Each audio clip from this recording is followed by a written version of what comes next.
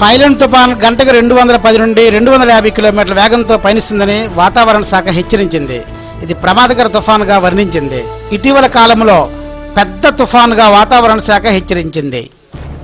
మనిషి నిలబడినా ఆ గాలికి ఎగిరే పరిస్థితి ఎదురవుతుందని వాతావరణ సూచన ప్రకారం కళింగపట్నం పారాదీప్ మధ్య గోపాలపురం దగ్గరలో తీరం దాటనున్నది. దీనివలన జిల్లాలో ముఖ్యంగా ఇచ్చాపురం మండలంలో అధిక ప్రభావం ఉండగలదు. ఇటువంటి అవాంఛనీయ పరిస్థితులు జిల్లాలో సంభవించకుండా అన్ని చర్యలు చేపట్టడం జరిగింది. జిల్లా కలెక్టర్ కార్యాలయంలో ఆపరేషన్ కేంద్రాన్ని ఏర్పాటు చేసి కంట్రోల్ రూములను నెలకొల్పడం జరిగింది. ఫోన్ నంబర్లు 08942240557, 9652838191. తీర ప్రాంత మండలాలకు 11 మంది ప్రత్యేక అధికారులను నియమించడం జరిగింది. అదేవిధంగా పర్యవేక్షక అధికారులను నియమించడం జరిగింది. అన్ని మండలాల్లో మండల స్థాయి అధికారులతో ఒక బృందాన్ని ఏర్పాటు చేయడం జరిగింది. బృందంలో ఒక్కొక్క అధికారికి ఒక్కొక్క గ్రామానికి బాధ్యత అప్పగించడం జరిగింది. 37 పునరావాస కేంద్రాలను ఏర్పాటు చేశారు. పునరావాస కేంద్రాల్లో ఆహార వసతి సదుపాయాలకు ఎటువంటి కొరత లేకుండా అన్ని ఏర్పాట్లు చేశారు. ప్రతి కేంద్రానికి ఒక అధికారిని ఇన్ఛార్జిగా నియమించారు. ఆ కేంద్రాలకు త్రాగునీరు, పాలు సరఫరా చేయుటకు ఎటువంటి ఇబ్బందులు తలెత్తకుండా ప్రతి మండలంలో కిరోసిన్, గ్యాస్, పెట్రోల్ డీలర్లను అనుసంధానించడం జరిగింది. పారిశుధ్య నిర్వహణకు ఒక బృందాన్ని ఏర్పాటు చేసి ఒక అధికారికి బాధ్యత అప్పగించడం జరుగుతుంది. అన్ని మండలాల్లో జనరేటర్ను సిద్ధం చేయడం జరిగినది. జిల్లాకు NDRF జాతీయ విపత్తు రక్షణ దళాల బృందాలు వచ్చాయి. వాటిని ఇచ్చాపురం, సోంపేట, వజ్రపుకొత్తూరు, సంతబొమ్మాలి, శ్రీకాకుళంలో ఏర్పాటు చేశారు. ఒక ఆర్మీ బృందం 100 మంది సభ్యులతో జిల్లాకు వస్తుంది. నేవీ, కోస్ట్ గార్డ్ అధికారులతో మాట్లాడడం జరుగుతుంది. వారు సేవలు అందించడానికి సిద్ధంగా ఉన్నారు. శనివారం నుండి ఆదివారం మధ్యాహ్నం వరకు బయటకు ఎక్కడికి వెళ్లకుండా ఇళ్ల వద్దనే ఉండాలని అధికారులు కోరారు. అధికార యంత్రాంగానికి పూర్తిగా సహకరించాలని విజ్ఞప్తి చేస్తున్నారు. మత్స్యకారులు వేటకు వెళ్లరాదని కోరడం జరిగింది. అదేవిధంగా ప్రజలు, పిల్లలు, యువత కూడా వాగులు, వంకలు, చెరువుల వద్దకు ఈతకు వెళ్లరాదని, వాటిని దాటులకు ప్రయత్నించరాదని కోరుచున్నారు. తల్లిదండ్రులు కూడా అప్రమత్తంగా ఉండాలి. తుఫాన్ తీవ్ర దృష్ట్యా రైల్వే శాఖ కొన్ని రైళ్ల రాకపోకలను నిలిపివేయడం జరిగింది. జిల్లా వ్యాప్తంగా జాతీయ రహదారులపై వాహనాల రాకపోకలను, ముఖ్యంగా భారీ వాహనాల రాకపోకలను నిషేధిస్తున్నారు.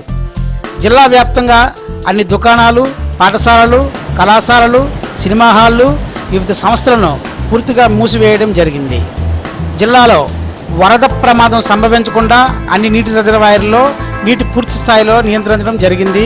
కాలువలను నీటి ప్రవాహం లేకుండా చేశారు.